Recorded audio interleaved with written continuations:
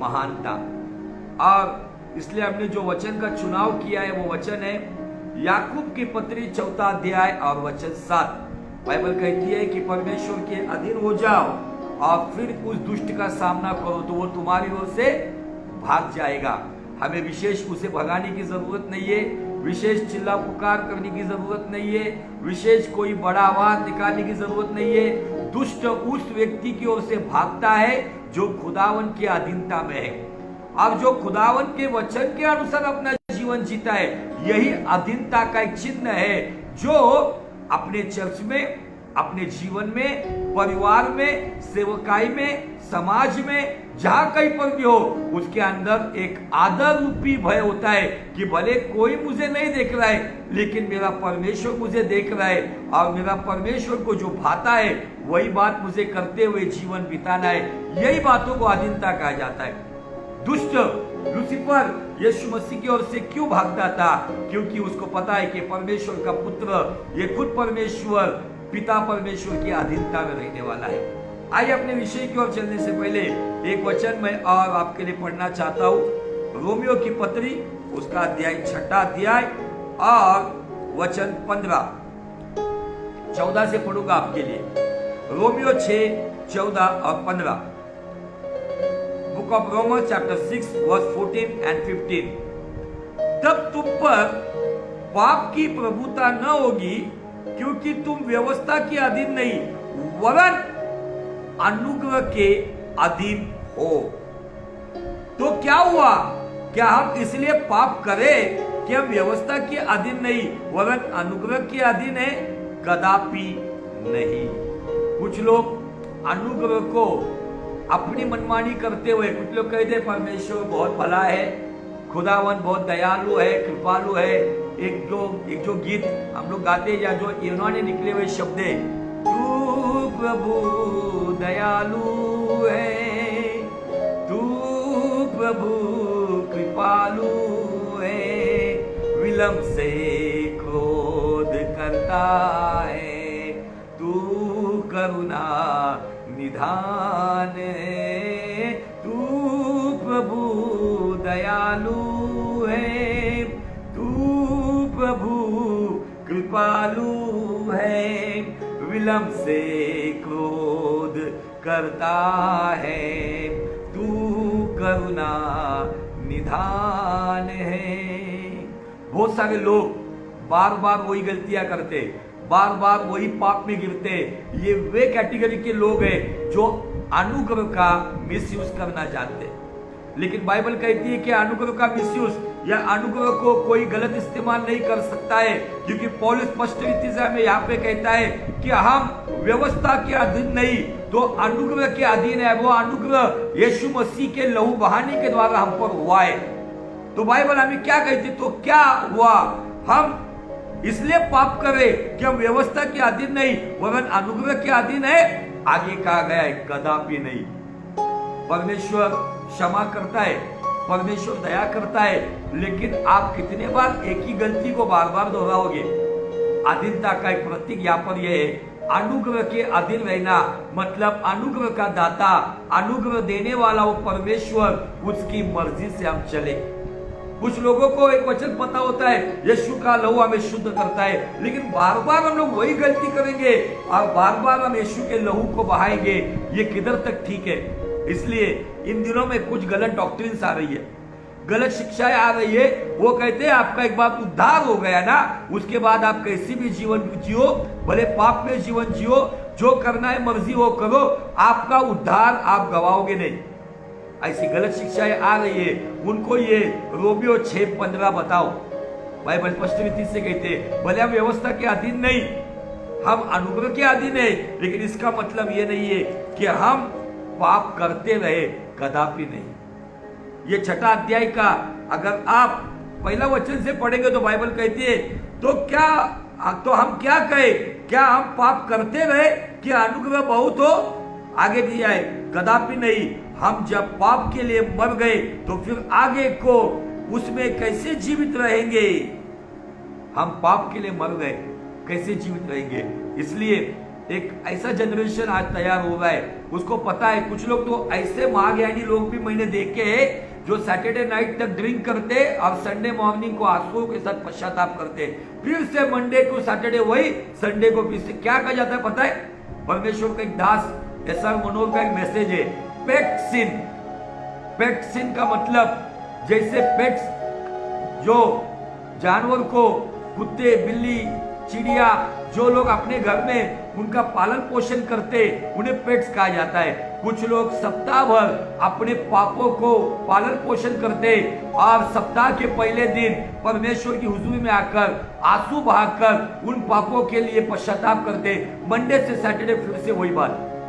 मैं बताना चाहता हूं ये बातें पूरी तरह से गलत है। हम यीशु के लहू को बर्बाद नहीं करना चाहिए, उसके अनुग्रह को व्यर्थ नहीं करना चाहिए। यह अनुग्रह हमें मिला है कि हम अनुग्रह के अधीनता में रहे और उसकी मर्जी, उसके आदर रूपी भय में अपना जीवन जिए।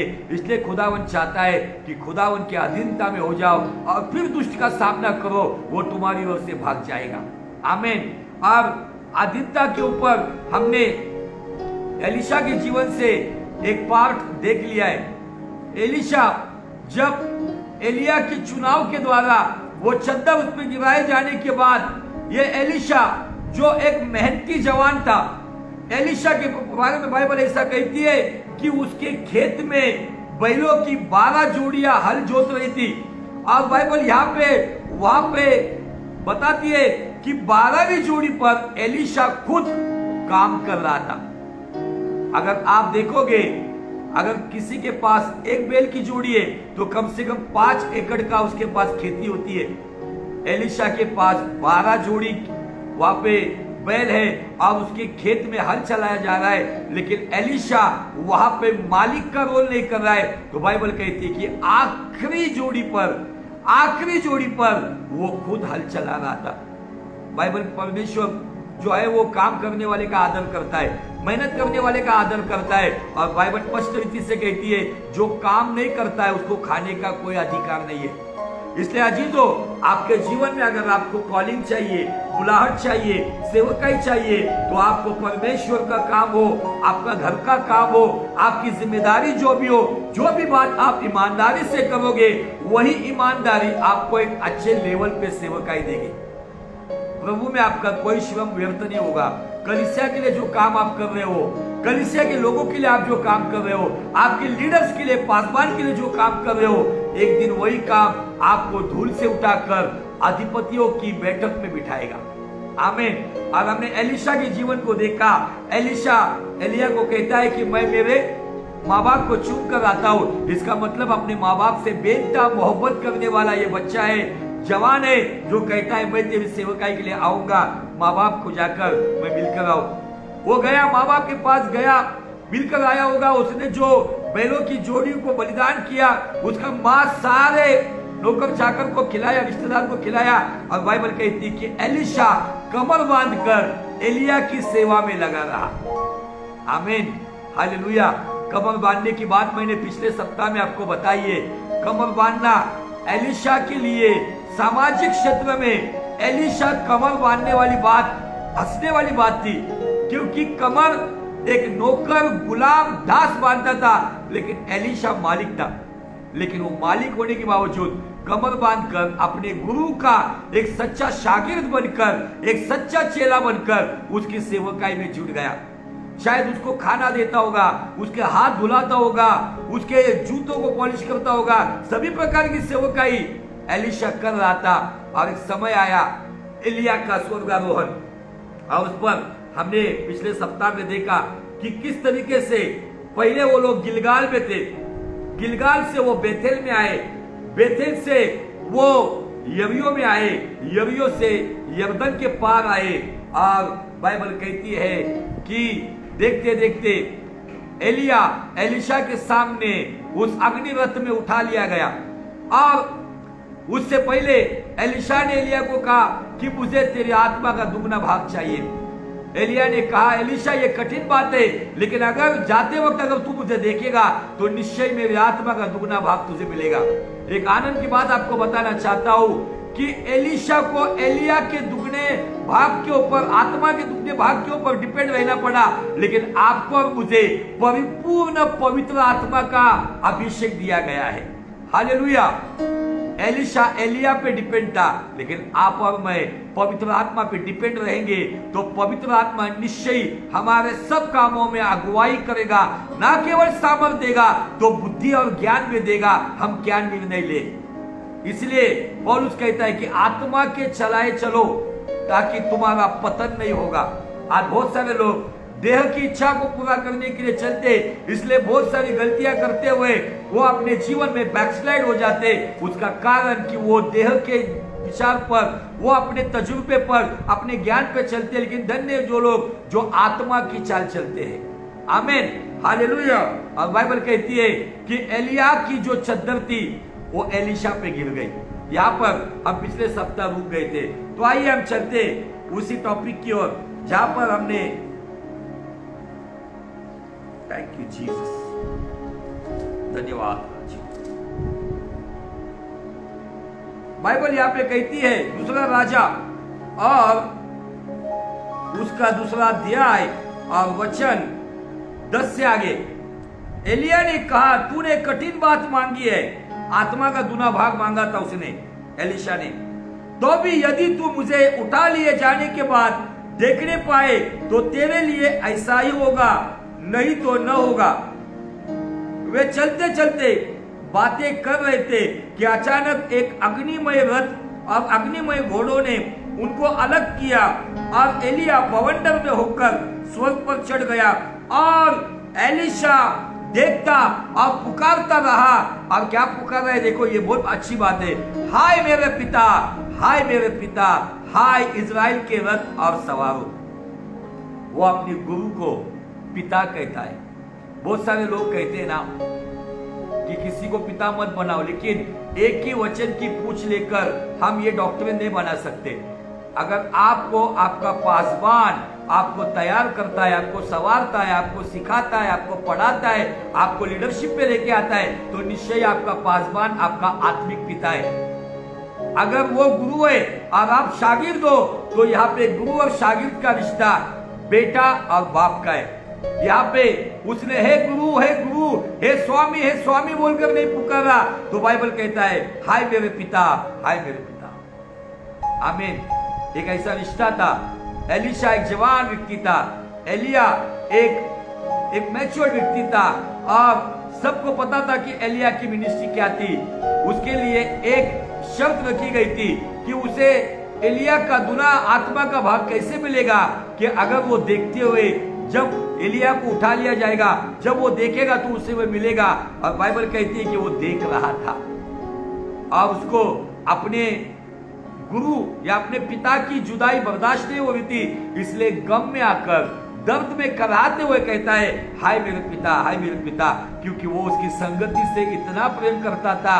यहाँ पे हमने कुछ बातों के ऊपर जिक्र किया है कि एलिशा और एलिया साथ साथ चलते थे। आपको आपके जो भी पासवान है, आपके परिवार के बुजुर्ग लोग हैं, आपको उनको ओवरटेक करके आगे नहीं जाना है। फिर भले आपको कितना बड़ा अभिषेक क्यों ना हो, भले आपको कितने बड़े बड़े रेवलेशन क्यों ना मिलते हो, भले आपको कितने दर्शन क्यों ना होते हो, लेकिन आपको आपके अगवे के आगे नहीं जाना है, अगवे के साथ साथ चलना है। अधीनता का ये चिन्ह है कि अधीनता साथ साथ चलती है, अधीनता अपने गुरु के आगे नहीं जाती है। इसीलिए बाइबल कहती है कि जब एलिया उठा लिया गया, वहां पर वो देख पाया। और आगे बाइबल कहती है जब वो उसको फिर देखना पड़ा, तब उसने अपने वस्त्र पकड़े और फाड़ कर 2 भाग कर दिए। कितना उसको दुख हुआ उस बात का। वास्तविक एलिया तो जीते जी स्वर्ग चढ़ गया, लेकिन उसकी जुदाई ये सहन नहीं कर पाया। अगर आप बाइबल में वस्त्र फाड़ने का अगर थोड़ा सा स्टडी करोगे, तो वस्त्र तभी फाड़ा जाता था जब एक गहरा सदमा पहुंचता है, जब एक ऐसा घाव हृदय पर होता है, एक दुख या यातना होती है, तब वस्त्र फाड़े जाते। जैसे अय्यूब ने अपने वस्त्र को फाड़ा था, जैसे याकूब ने अपने वस्त्र को फाड़ा था, एलिशा ने अपने गुरु से जुदा होने के द्वारा अपने वस्त्र को फाड़कर वो आंसू के साथ शायद रो रहा होगा। बाइबल आगे कहती है, फिर उसने एलिया की चद्दर उठाई जो उस पर से गिरी थी। आमीन। मैंने लास्ट टाइम कहा था सेकेंड टच, बाइबल में हमें ये सेकेंड टच दिखता है। बहुत सारे लोग फर्स्ट टच में अपने अगवे को छोड़कर अपनी अलग मिनिस्ट्री बनाने की कोशिश करते। बहुत सारे लोग अपने परिवार को तोड़कर अपना अलग परिवार बनाने की कोशिश करते। लेकिन रुको, जब तक आपको सेकेंड अनॉइंटिंग नहीं मिलता है, जब तक आपको सेकेंड लेवल का अभिषेक नहीं मिलता है। एलिया ने भी एक नहीं तो 2 प्रकार की रोटी खाई थी। पहली रोटी खाकर बेरशेबा के जंगल में झाऊ के पेड़ के नीचे वो सो गया था, पहले राजा 19 अध्याय में अगर आप देखेंगे तो। दूसरे बार फिर से उसको उठाकर स्वर्गदूत ने रोटी खिलाई, तब जाके वो होरेब पहुंचा और तब उसे बताया गया कि हजाएल, येहू और एलीशा को अभिषेक कर। और ये एलीशा उसके ऊपर एलिया की चद्दर एक बार नहीं गिरी, एक बार जब वो खेत में काम कर रहा था तब उसके ऊपर पहली चद्दर गिरी। उस चद्दर को लेकर वो अपने गुरु के पीछे चलने लगा। दूसरी चद्दर उसके ऊपर गिरी जब उसका गुरु उसके सामने स्वर्ग में उठा लिया गया। ये सेकेंड टच बहुत जरूरी है। आज ये सेकेंड टच आज चेलों के जीवन में, आज डाउनलाइन की जो लीडरशिप है उनके जीवन में आज वो प्राप्त नहीं कर पा रहे। बीच में से ही वो भाग जा रहे, बीच में से वो बलवा कर रहे, बीच में से वो कहीं ना कहीं विद्रोह करते हुए, बगावत करते हुए, अपनी मनमानी करते हुए अलग हो गए। लेकिन मुझे आपको कहना है, सेकेंड अनॉइंटिंग, सेकेंड टच, दूसरी चद्दर के लिए इंतजार करो। एलीशा ने वो पहली चद्दर पर डिपेंड नहीं था, उसने दूसरी चद्दर पाई। बाइबल कहती है एलिया की चद्दर उठाई जो उस पर गिरी थी और वो लौट गया और यरदन के तट पर खड़ा हुआ। अधीनता अधिकार देती है। कैसे अधिकार देती है? एलीशा की अधीनता के अधिकार अब वो कैसे महान तक पहुंचा, उसका पहली शुरुआत हमें यहाँ पे दिखती है। बहुत सारी बातें हम एलीशा के जीवन से देखेंगे, लेकिन इसकी पहली शुरुआत आज हम देखेंगे कि अधीनता महानता तक कैसे लेकर जाती है। जो यरदन को पार करते हुए जिस तरीके से वो गए थे, वो तरीका आपने ऑलरेडी देखा है कि एलिया ने अपने वस्त्र की काट को मुट्ठी बनाकर उसे पानी में मार दिया था और यरदन 2 हिस्से में फट गई थी और वो यरदन पार आ गए। अभी समय आया एलिया के बाद एलीशा का। और बाइबल कहती है तब उसने एलिया की वो चद्दर जो उस पर गिरी थी पकड़कर जल पर मारी और कहा, एलिया का परमेश्वर यहोवा कहाँ है? जब उसने जल पर मारा तब वो इधर उधर 2 भाग हो गया और एलीशा पार हो गया। मैंने आपको बताया था यरदन 3 बार 2 हिस्से में बंट गई है। एक बार जब यहोशू के नेतृत्व में या यहोशू की लीडरशिप में जब संदूक को लेकर याजक पानी में उतरे थे तब बाढ़ की हालत थी, वो आप देख चुके।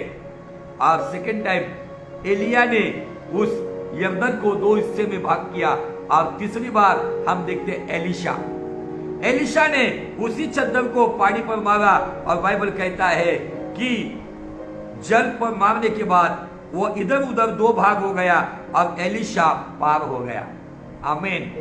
दुनिया को अपने मुंह से बताने की जरूरत नहीं कि मैं भी एक अनॉइंटेड हूं। दुनिया को अपने मुंह से बताने की जरूरत नहीं है कि मैं भी एक अच्छा प्रचारक हूं। लोग आपके जीवन में खुदा के काम, खुदा के वरदान, खुदा की महिमा को देखते हुए लोगों का एहसास होगा कि हाँ, अब ये व्यक्ति चुनी हुई व्यक्ति है। बाइबल आगे कहती है 15 वचन में, उसे देखकर भविष्यवक्ताओं के चेले जो यरीहो में थे उसके सामने थे, कहने लगे, एलिया में जो आत्मा थी वही एलीशा पर ठहर गई है। अंततः वे उससे मिलने को आए और उसके सामने भूमि तक झुककर दंडवत की। तब उन्होंने उससे कहा, सुन, तेरे दास के पास 50 बलवान पुरुष है, वे जाकर तेरे स्वामी को ढूंढे। संभव है क्या जाने यहोवा की आत्मा ने उसको उठाकर किसी पहाड़ पर या किसी तराई में डाल दिया हो। उसने कहा, मत भेजो। अधीनता अधिकार में कैसी आई? जब यरीहो के चेलों ने जब एलिया उठा लिया जाएगा ये बात बताकर एलीशा को शायद मजाक उड़ाया होगा, लेकिन उन्हीं चेलों ने, भविष्यवक्ता के चेलों ने जो यरीहो के अंदर थे, उन्होंने देखा ये एलीशा एलिया की चद्दर को पानी में मारकर यरदन को 2 हिस्से में करते हुए यरदन को पार करते हुए आ रहा है। और बाइबल कहता है जो लोग मजाक उड़ा रहे थे, जो लोग एलीशा को साधारण समझ रहे थे, वे लोग भूमि तक झुककर एलीशा को दंडवत करते हैं। यहां से प्रारंभ हुआ अधीनता अधिकार में आई। अधिकार सृष्टि पे चला, अधिकार इंसानों पर चला। सृष्टि पे कैसे चला? जो काम एलिया ने किया वही काम एलीशा ने किया। यरदन 2 हिस्से में बंट गई। मुझे आपको बताना है, लोगों के जीवन की यरदन को 2 हिस्से में आपको अलग करने के लिए खुदावन ने आपको चुना है। अगर आपको लोगों के जीवन के श्राप को तोड़ना है, बंधनों को तोड़ना है, यरदन को 2 हिस्से में करना है, तो आपको एट एनी कॉस्ट आपके अगुवे के अधीनता में दिन बिताना ही होगा। आमीन। आपके परिवार के वरिष्ठ लोगों के अधीनता में रहना ही होगा। पत्नी को पति के अधीनता में रहना ही होगा। बच्चों को माँ बाप के अधीनता में रहना ही होगा। एक विश्वासी को अपने पासवान के अधीनता में रहना ही होगा। यह अधीनता यरदन को 2 हिस्से में करते हुए लोगों को अपने सामने झुकने पर मजबूर करती है। आमीन, हालेलुया। अद्भुत बातें यहाँ पे एलीशा के जीवन से हम देखते हैं। एलीशा ने यह अद्भुत काम किया। कैसे हुआ? अधीनता अधिकार देती है। यरदन 2 हिस्से में बंट गई। अधीनता महानता तक लेके जाती है। जो चेलों ने मजाक उड़ाया, वही चेले उसके सामने भूमि तक झुककर उसे दंडवत करते और कहते हैं, जो आत्मा, जो अभिषेक एलिया के ऊपर था, वही अभिषेक एलीशा के ऊपर आया है। आमीन। परमेश्वर चाहता है कि हम इस तरीके से चले, इस तरीके से जीवन जिए। इंतजार करो। आपको कोई भी जल्दबाजी करने की जरूरत नहीं। आपका समय आएगा, खुदावन आपके ऊपर पवित्र आत्मा की चद्दर अद्भुत रीति से गिराएगा, वरदानों की चद्दर गिराएगा। आपकी सेवकाई में, आपके कामकाज में, आपकी नौकरी में, आपके परिवार में खुदावन यरदन को 2 हिस्से में बांटने के लिए और लोगों को आपके सामने झुकाने के लिए परमेश्वर आपका इस्तेमाल करेगा। इसके लिए जरूरी बात क्या है? अधीनता। एलीशा धनवान होने के बावजूद, जवान होने के बावजूद अपनी कॉलिंग को समझा और अपने गुरु की सेवकाई करता रहा। अपने गुरु को अपने बाप के समान समझता था। उसकी सेवकाई को जब तक वो उठा लिया नहीं गया, तब तक वो उसकी सेवा कर रहा था, उसके साथ साथ चल रहा था।